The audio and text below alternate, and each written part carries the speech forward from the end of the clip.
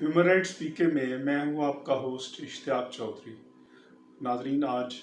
10 मुहर्रमुल एहराम है, हज़रत इमाम हुसैन की शहादत का दिन। आज का दिन पूरी इंसानी तारीख में एक हक व बातल की जंग के तौर पर, हक व बातल के मार्का के तौर पर देखा जाता है, जिसमें हज़रत इमाम हुसैन रज़ी अल्लाह तआला अन्हु और उनके कुनबा ने, उनके साथियों ने हक के लिए कुर्बानी दी, और ऐसी कुर्बानी कि जिसकी हमें तारीख में इस तरह की मिसाल नहीं मिलती। इसी एतबार से आज का दिन हर मज़हब के अंदर, ख्वाह वो क्रिश्चियनिटी है, ख्वाह वो हिंदुज़म है, कोई भी मज़हब है, उसमें 10 मुहर्रमुल एहराम को एक ख़ास अहमियत हासिल है। और हर कोई अपने मज़हब के अंदर भी इस दिन को इसी हक व बातल के मार्का के तौर पर देखता है। एक वाक़या तो वो है जो हमारे सामने किताबों में हम पढ़ते हैं, वीडियोस में बहुत सारे उलमा से हमने सुन रखा है या सुनते हैं, कि जो वाक़या शुरू हुआ और फिर उस मैदान करबला में 10 मुहर्रम एहराम को शहादतें हुई, जो हमारे सामने नज़र आता है कि इंसानी तारीख़ में। लेकिन मैं इस वाक़या की एक रूहानी इंटरप्रिटेशन करना चाहूँगा, और वो रूहानी इंटरप्रिटेशन या उसका जो फ़लसफ़ा है वो मेरे नज़दीक इस वाक़े की इब्तदा उसी दिन शुरू हुई जब रब्बे कायनात ने कायनात को तख्लीक किया, और तख्लीक के साथ ही जब नेकी और बदी का एक पैमाना बनाया कि अब कौन जो है वो नेकी के साथ चलता है और कौन बदी के साथ चलता है, तो उसी पैमाने पर ही ये फ़ैसला हुआ कि जो नेकी के साथ चलता है वो नेकी के रास्ते पर चलेगा, और जो बदी का रास्ता है वो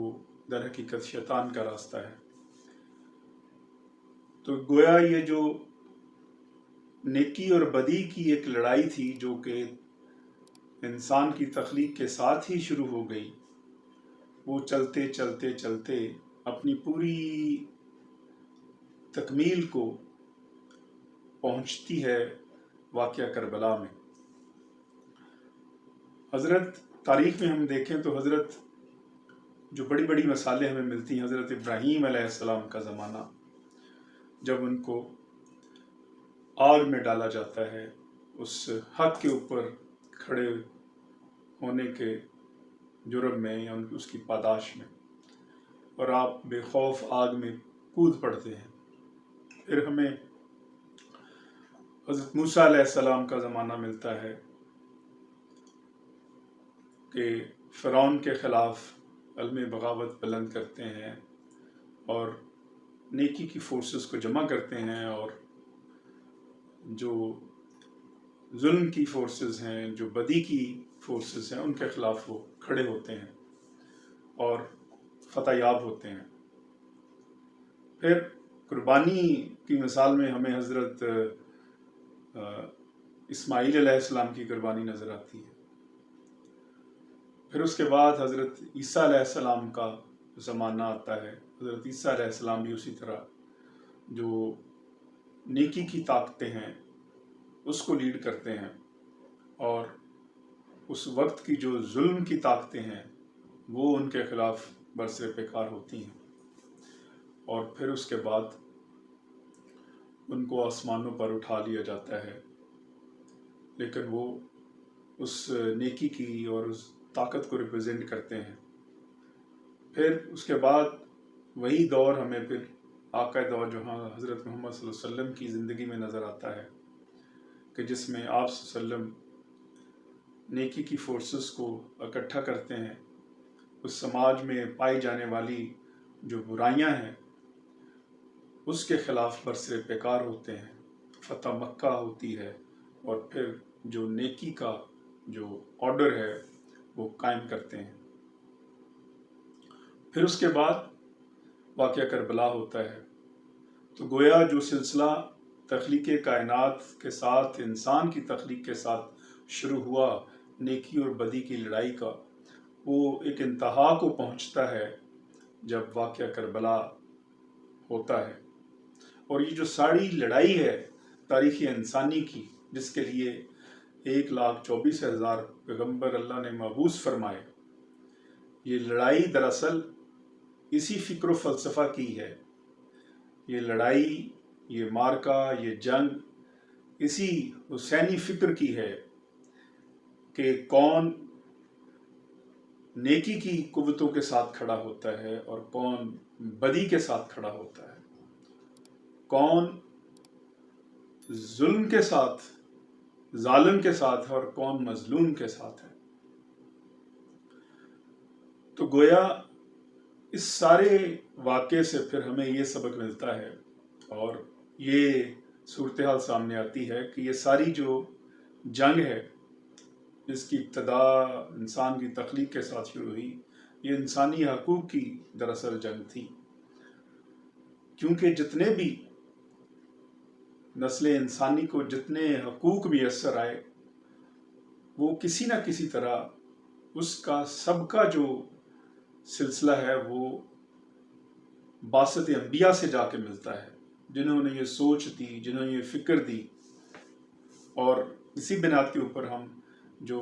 حضور نبی کریم صلی اللہ علیہ وسلم کا خطبہ حجۃ الوداع ہے، اس کو ہیومن رائٹس کا سب سے بڑا چارٹر دیکھتے ہیں۔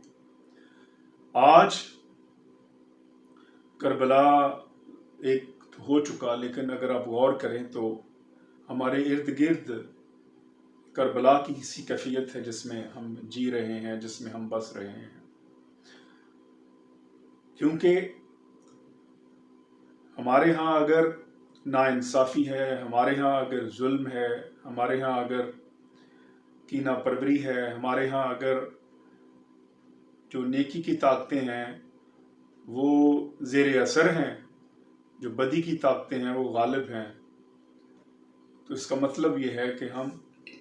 اپنا وہ رول ادا نہیں کر رہے جو ہمیں کرنا چاہیے۔ اور یہی سبق ہے آج کا کہ ہم فلسفہ شہادت امام حسین کو لے کر اپنا وہ کردار ادا کریں،